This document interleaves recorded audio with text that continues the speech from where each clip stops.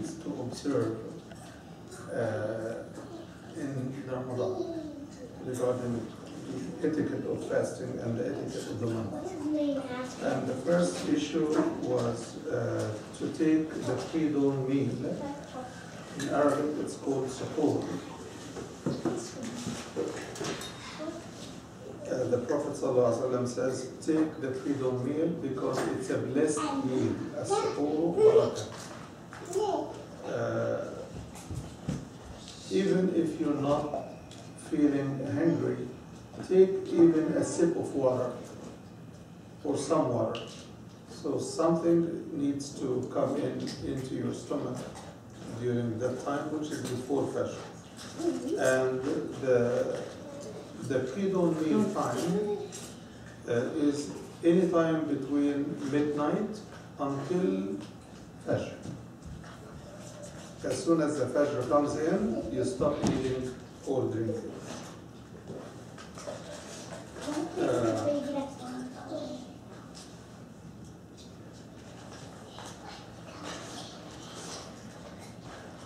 If you doubt if Fajr is in, which we shouldn't, because we have watches, we have calendars, we shouldn't be troubled defining the minute of Fajr.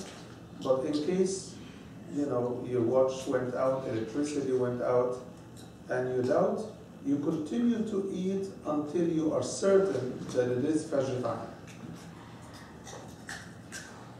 Of course, I'm not saying you have to, but I'm saying you may. As far as breakfast, the sunnah is to take the breakfast as soon as the adhan is made. And breakfast, or breaking the fast, the Prophet used to take few dates, or if he doesn't find, a sip of milk, or some water. So it's either dates, or milk, or water.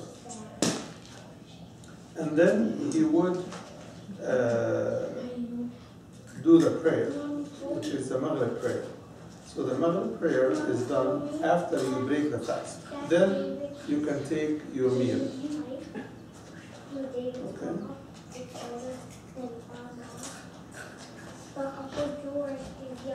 But if the full meal is prepared and ready, and the Maghrib came in, and it's going to get cold or something, you can take your dinner, breakfast, and whole food all at once, and then pray Maghrib. That also is allowed. Especially if you have kids who are fasting at home, and they will be hungry, and they cannot wait for us adults to pray Maghrib and stuff. You may train them to take a couple of dates or something, but then children are children, so you need to observe that as well. There is a dua that you make as soon as you break the fast. The dua that the Prophet used to say is, thirst is gone, veins are wet, and reward is certain by the will of Allah. Thirst is gone, our veins are wet, which means we've run water into our veins, and the reward is certain with Allah subhanahu wa ta'ala, inshallah. Of course, we mentioned before that while fasting, it is not only food and drink and sexual activities that we should stay away from, but also bad manners, foul language, or anything else that may displease Allah or hurt any other human being. Even if somebody attacks you, you just say, I am fasting, and don't answer insult with insult or injury with injury. The Prophet ﷺ says, he who does not leave out false talk and false speech, he needs not to leave out food and drink, which means it is more important to leave out of your life false talk, false speech, foul language, more than leaving food and drink during fasting.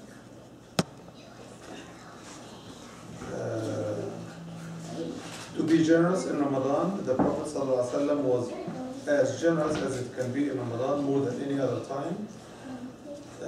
Number 7, to put as much effort as you can in the ibadah, night prayer in particular, especially at the last 10 nights of Ramadan.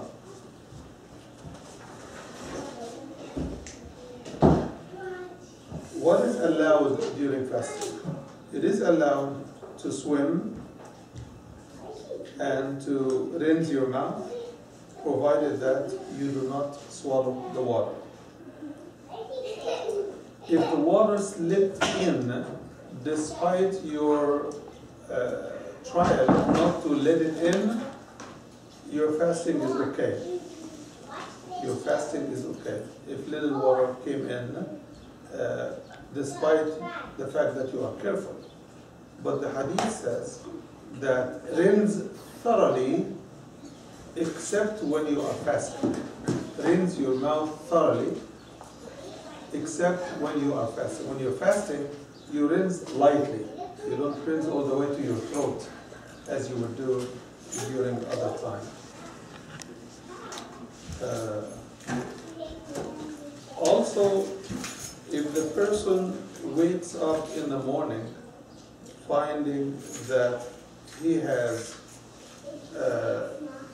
been what is called in Arabic junub, which is after sexual activity with his wife or her husband, then it is okay to make the intention of fasting at night and to take your shower or ghusl after Fajr, but not after Fajr time, definitely.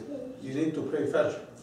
But you could delay it, you could make the fasting, meaning the Fajr time may come while you are junub, and then you can make the ghusl and make the Fajr time right after. In other words, it does not break the fast to wake up junub.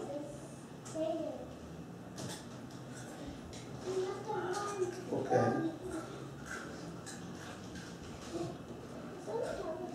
Getting close to sexual activity like kissing your wife or anything like this is only allowed for people who have a strong will not to be dragged into full sexual intercourse. So the person has to be careful not to do it so that you don't get into this slippery slope. Of course, few scholars would allow you to do that, and others would make it something that is not likely.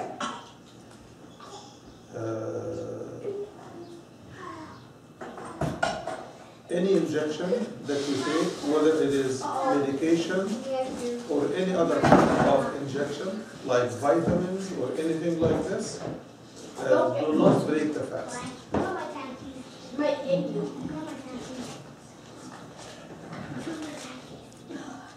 But definitely a feeding tube for a sick person in which we enter actual food that is softened to be like liquid food, that breaks the fast.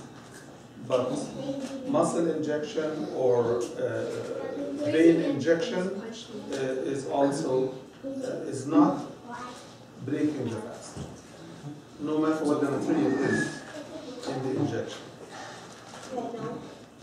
We mentioned rinsing the mouth and the nose, that we do it lightly and carefully. Definitely, swallowing your saliva doesn't break your fast. If some dust from the road came in, it doesn't break your fast. If a woman is making dough and some flour came in her nostril or in her mouth, that's okay.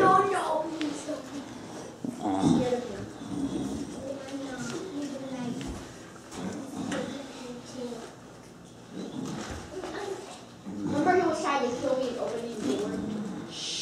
Chewing gum is not encouraged, it's very discouraged. And when we say gum, we're talking about a specific type of Arabic gum, which does not bring any flavor, it does not bring any sugar, it does not bring anything into your stomach. So it's kind of like chewing on something like leather, or so it doesn't have any nutrition that goes in the stomach, unlike today's gum. Today's gum is full of other things. So I wouldn't approve chewing gum as legitimate during fasting. Fragrance are okay, but what do you call this black eye color that you put inside? Eyeliner. Yeah, the eyeliner is not good. You don't do it while fasting, because some of it may creep into your eyes. Some scholars would say it's immaterial. Okay? Some scholars would say it's immaterial because it is not used as nutritional and it doesn't go through the mouth anyway. But some others say no, it goes from the eye to the nose to the mouth, and you find it stays in your throat. In this case, it would break the fast. So the advice is stay away from it. It's not necessary during the fasting day. Okay.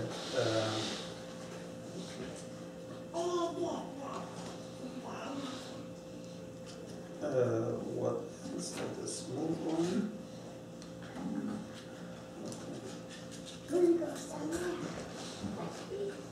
Of course, it is allowed, and I'm saying this knowing that I'm talking to intelligent people here, but this is something written here, I have to say, that a fasting person can eat between sunset and dawn time. Between sunset and dawn time, you can eat and, of course, drink and have sexual activities with your wife or husband.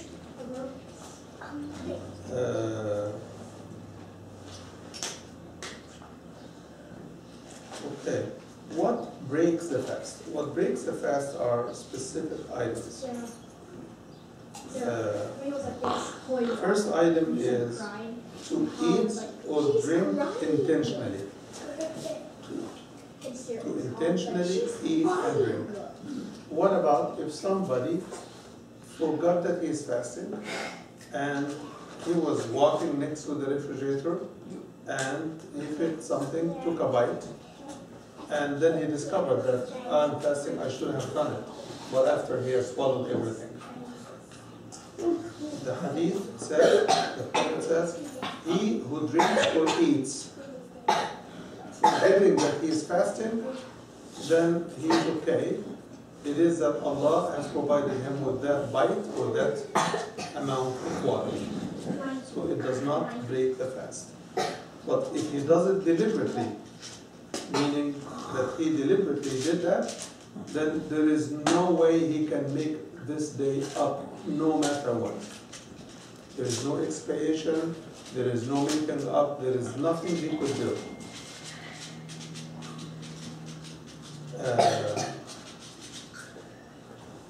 Also to vomit intentionally. Intentionally or unintentionally? Intentionally. Because some people, when they feel some stomach hurt or something, they put their finger in their throat and they vomit. In this case, they break their fast. Okay?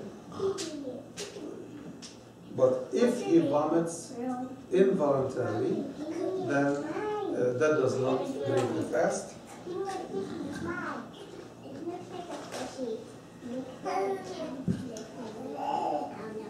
Here is another hadith that says, if you vomit intentionally, you need to make up the day.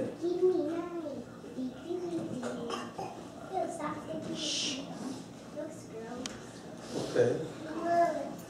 Women who go through their monthly period or postpartum delivery and bleeding, even 1 minute before sunset, they break their fast and they are prohibited from fasting during this period until they are clear from the blood.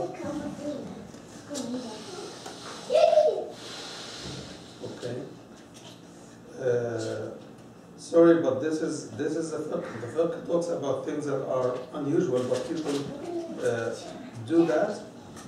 Masturbation, whether it is because of kissing your spouse or hugging your spouse or any other reason, that breaks the fast certainly, and it requires making up the day. But if it is caused just because of looking with lust at someone, then it does not break the fast, and there is nothing to make up. So you continue to fast.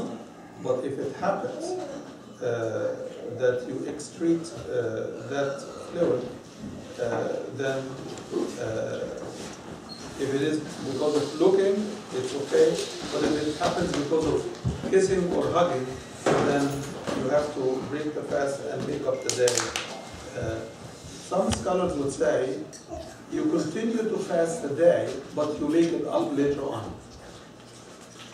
You continue to fast, okay, and then you make it up later on.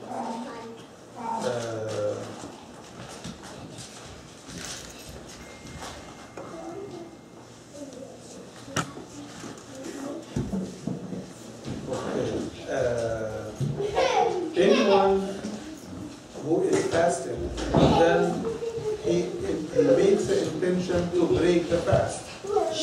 Even if he does not break the fast, his fast is broken. Because anyone fasting who makes the intention to break the fast, even if he doesn't eat or drink, he has already broken his fast, because he reversed the initial intention of fasting.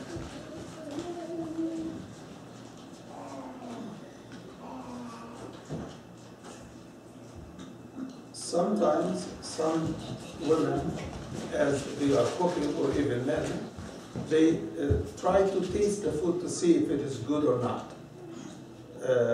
It is not a good idea to do it, but if you do it, just put it on the tip of your tongue and spit it immediately, because that gives you the taste, but you don't swallow what you taste. Okay? But if a little bit of it stayed and you ended up swallowing the residual, that's okay. But if you take some, then that breaks the fast. So you don't eat a spoon of soup, for example, or you don't take a spoon of rice and say, I was tasting.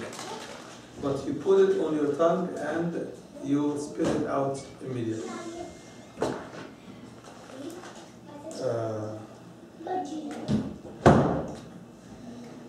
If a person ate or drank thinking that the sun has set or that the Fajr time is not on yet, and later on he discovered he was wrong in his assessment, then he makes up the day later on. Again, I just want her to catch this.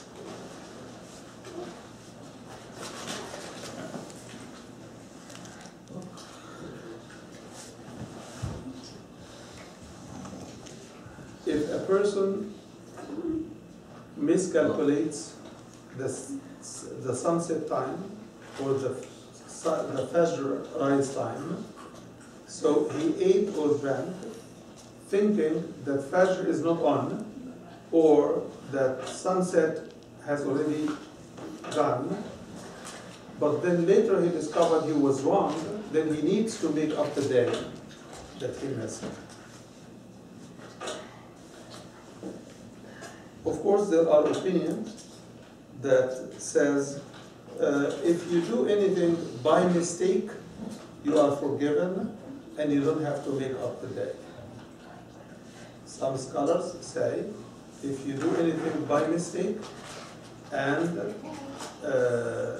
you did not intentionally do it, then you are forgiven and that's it, it's finished. Okay?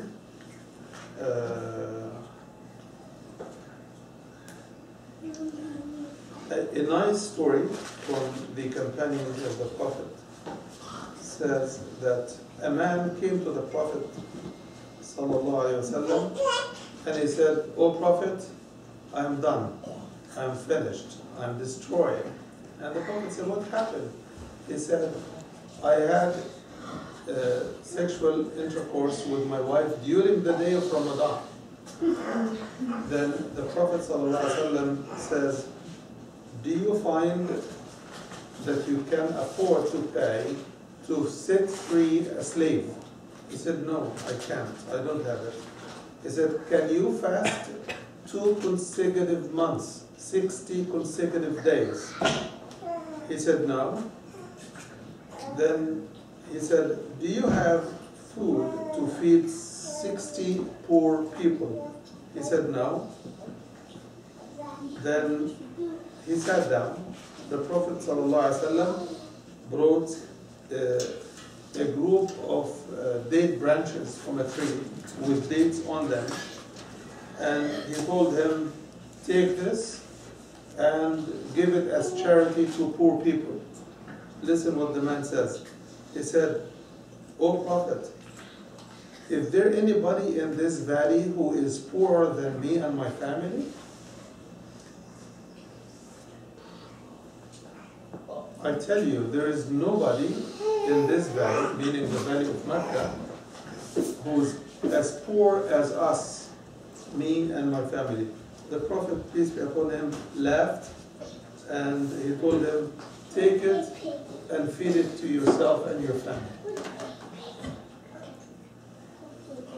And that shows how merciful Allah subhanahu wa ta'ala is, and how the Prophet ﷺ was always treating people with mercy and love and compassion. He was not there to just hold a sword and apply the law and all of this.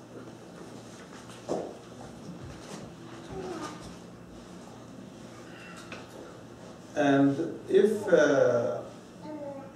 this was voluntary and willfulness between a man and his wife, then both of them, they have to pay the kafara, the expiation of the ransom.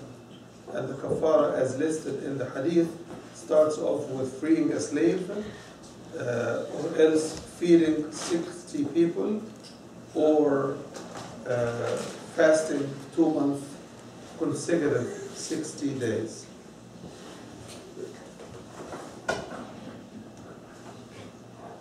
Okay.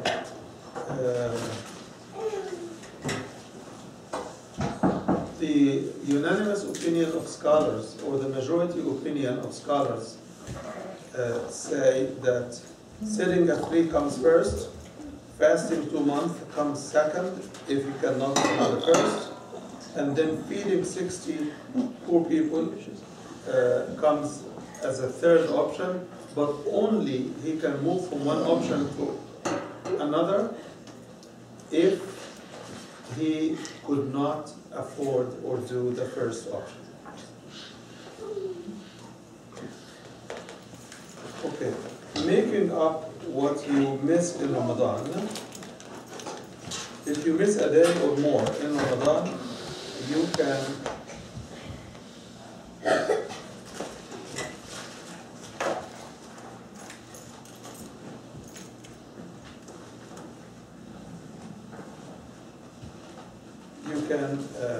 make it up immediately after Ramadan, or 1 month later, or 2 months later, or 3 months later. But definitely doing it sooner is better, because it's a duty that you have to live with, and if you die, it becomes a missed responsibility on you.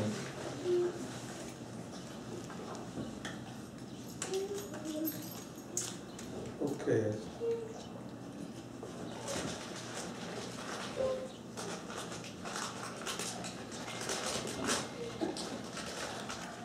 That is all what we have about fasting Ramadan.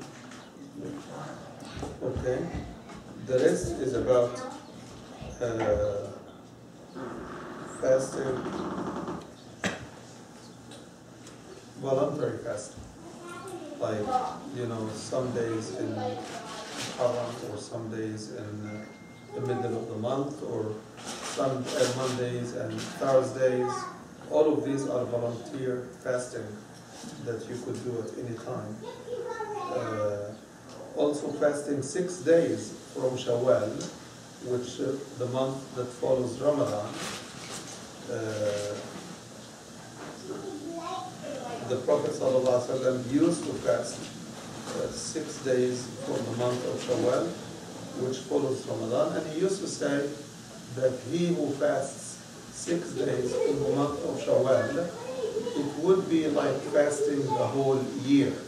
So after fasting Ramadan, which is about 30 days, a day less or so, and plus 6 days, those make up 36 days when Ramadan is full.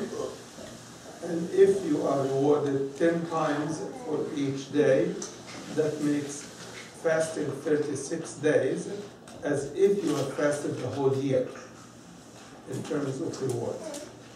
So the Prophet says, he who fasts Ramadan and follows up with fasting 6 days of Shawwal, definitely away from the Eid day. So those 6 days have to be any days in Shawwal except the first day of Shawwal, because we are prohibited from fasting the first day of Shawwal.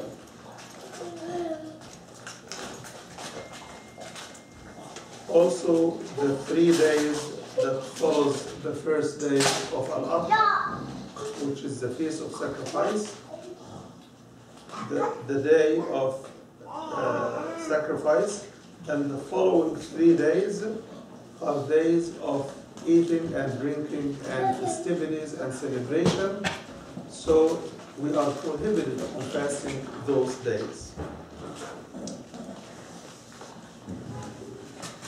Fasting the day of Arafah, the day when the pilgrims stand on the Mount of Arafah.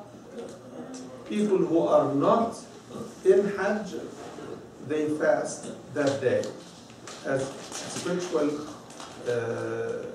partaking with the pilgrims who are in Mecca doing the Hajj.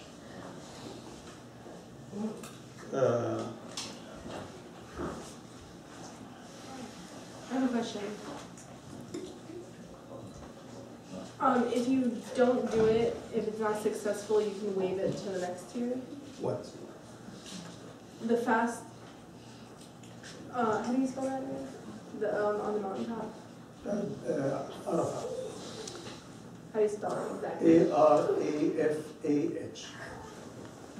If you do that, You fast? then it's waived, your fasting is waived next year or something like that? Well, it is a sunnah. And the rule for the sunnah is, if you do it, you are rewarded. If you miss it, you are not punished. But if you deliberately ignore it, discount it, or shrug it off, as, for example, neglect or disregard, that's a sin in and of itself.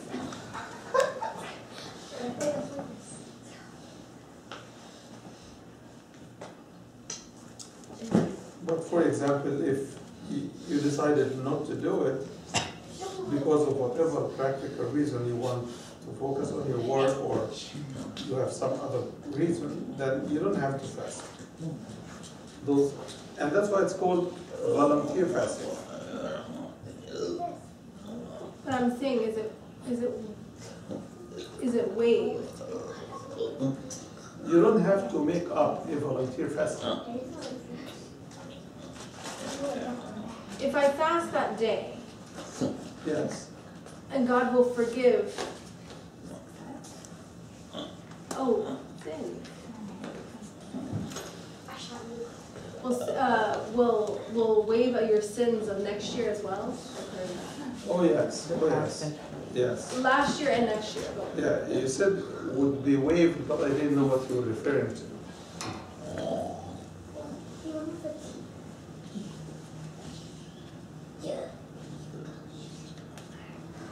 Is that true? Yes, it is.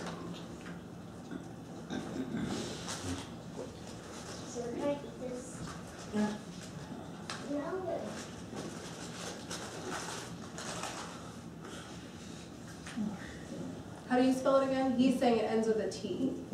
Arafat. Ends with a T. It could end with a T, but this is the name of the mountain, Mount Arafat. But the day is Yom Arafat. So the mountain itself is with a T, but the day is with an H. Yes.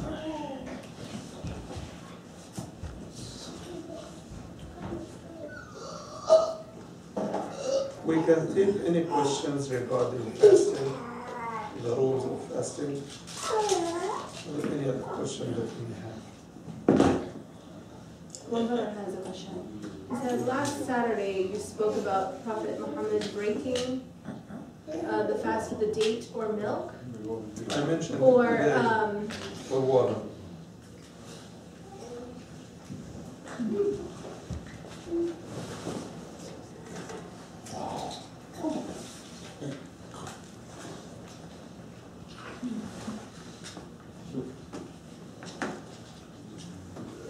It was the important one.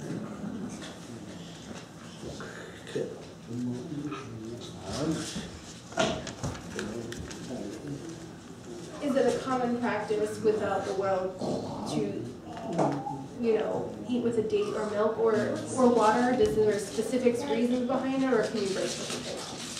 That requires me to have traveled all over the world to tell you that.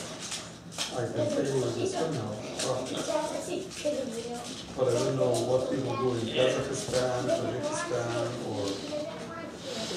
but in most of the Muslim world, they try to follow the Sunnah. But if you break with anything else available, that's okay. When we say Sunnah, it means this is the tradition of the Prophet, sallallahu alaihi wasallam.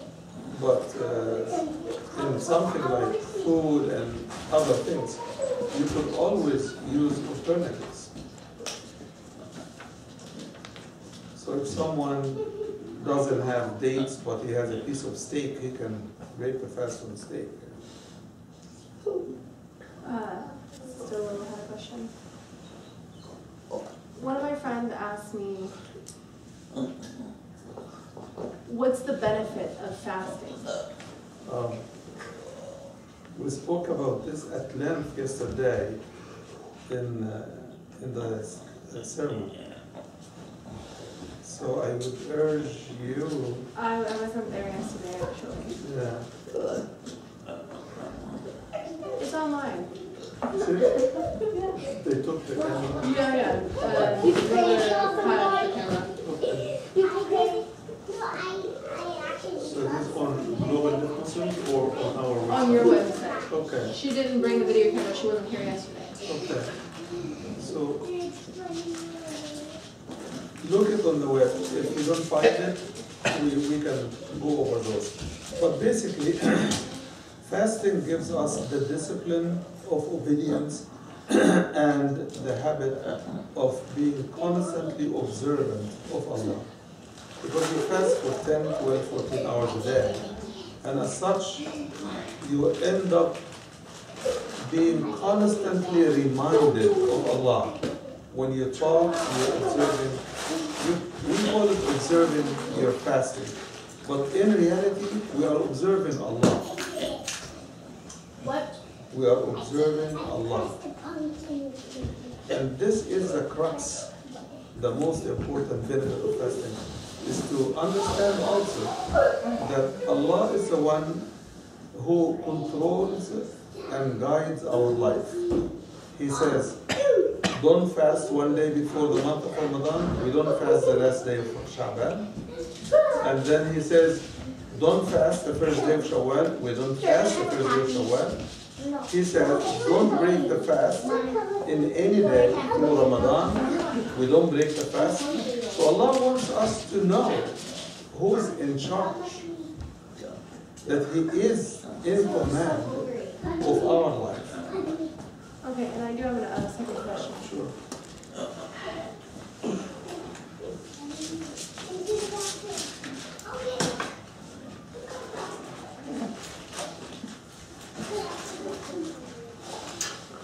Why is fasting required?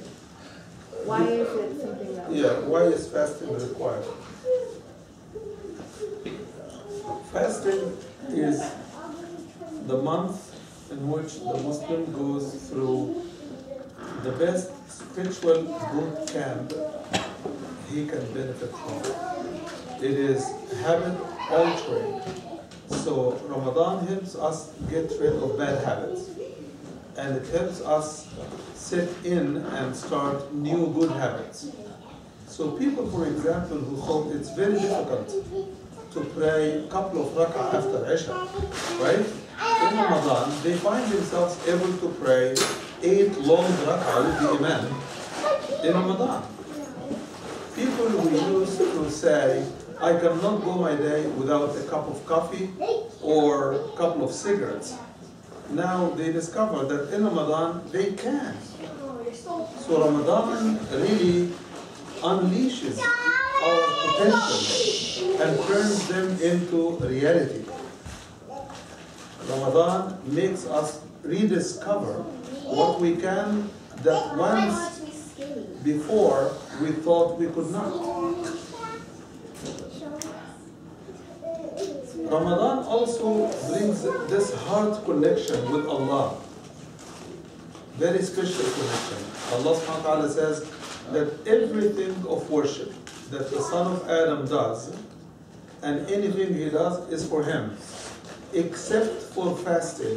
It is for me and only I will reward him for it.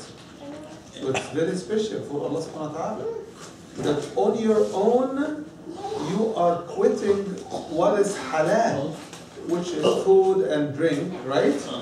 And normal basic things in our life. We are quitting it during the day as a show of submission to Allah, that we take His word and respect His command. And the physical benefits of fasting, you can read it in medical books, from cleansing your digestive system, to cleansing your weight, your cleansing your appetite, regulating your desire for food, giving you more control over your desires than ever before. Not only physical desires, but also the desire to revenge, to answer insult with insult. Ramadan tames those bad habits and gives you more control over yourself. So Ramadan, I couldn't imagine living without having Ramadan. It's kind of like a stopgap between 6 months and 5 months.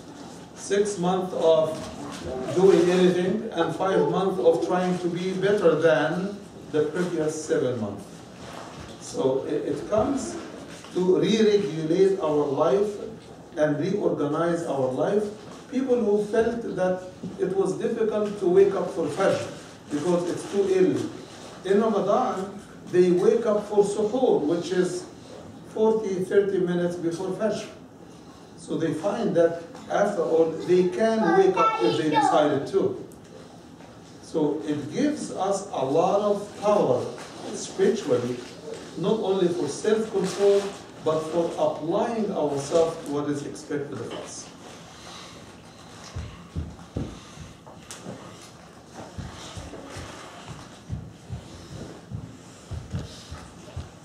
Does this make sense to you?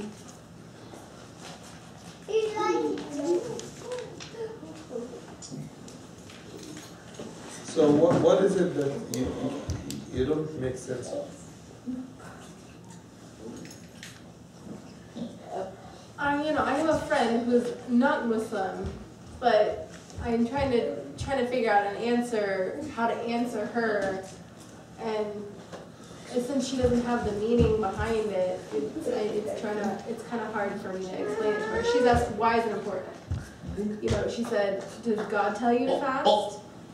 And I was like, she was asking me questions, and I was like, yeah. She's like, well, what's the benefit? What's the purpose of it? So. Well, the ultimate benefit, as mentioned in the Quran, is that we fast so that we may attain and acquire piety and righteousness, to be more observant of Allah. Because, for example, during the daytime, as you are fasting, you feel thirsty, right? But you don't grab any cup and drink. You tell yourself, I'm fasting. That is self-control. That is training to put Allah first and to do what Allah expects of you. What is the benefit? Yeah, I will be a person with more self-restraint and self-control than other people. Okay? But in the background of this exercise is the spiritual connection with Allah, that I'm constantly reminded of His presence in my life. Like when you come to pray, it's few minutes and you're done, right? But when you are fasting, it is a whole day. It's a different type of spiritual engagement.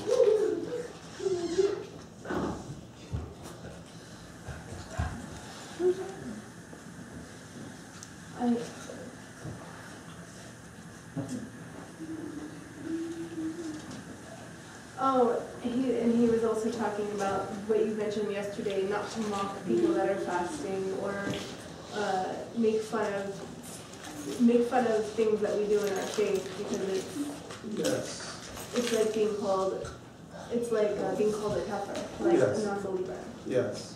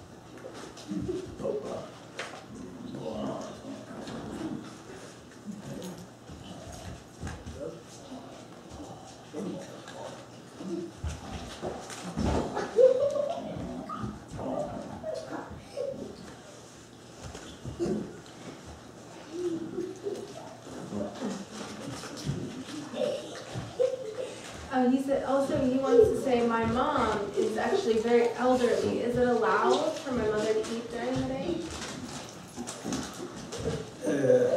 How old is she?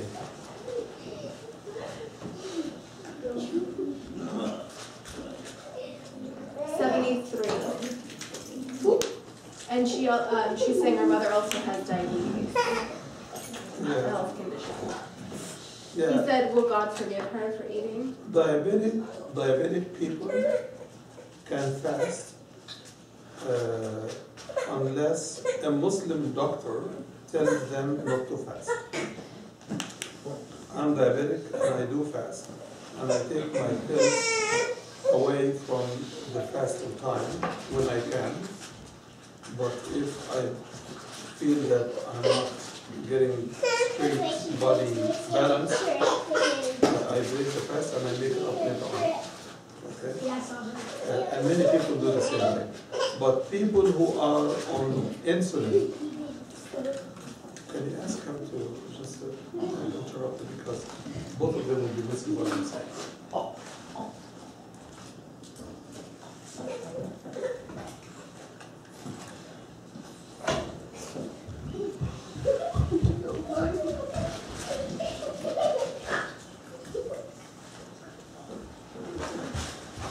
Ramadan, yes.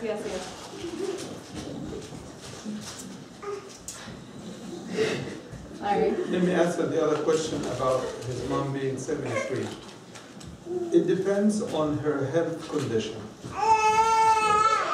If her health is good and she is in good condition, then maybe she can fast.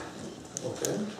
But if fasting causes her any physical trouble or any medical trouble or complicates any medical condition she has, then she can break a fast and pay a fidya, which is to feed a poor person for each day she breaks a fast.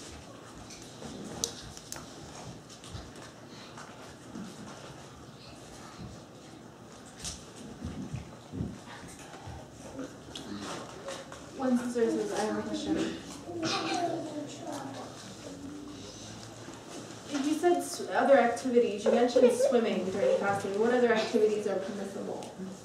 Anything that does not cause you to take food or drink, or swallow anything that is food-like. I mean, even exercise and sports and everything? Of course. Oh, okay. Of course.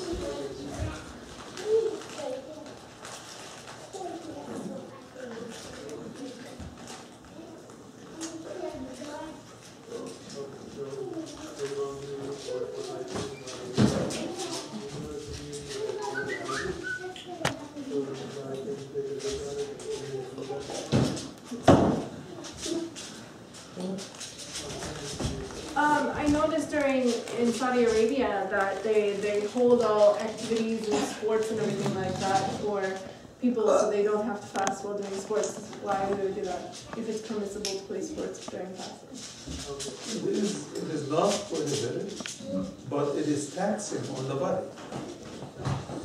Because during exercise you lose a lot of fluid.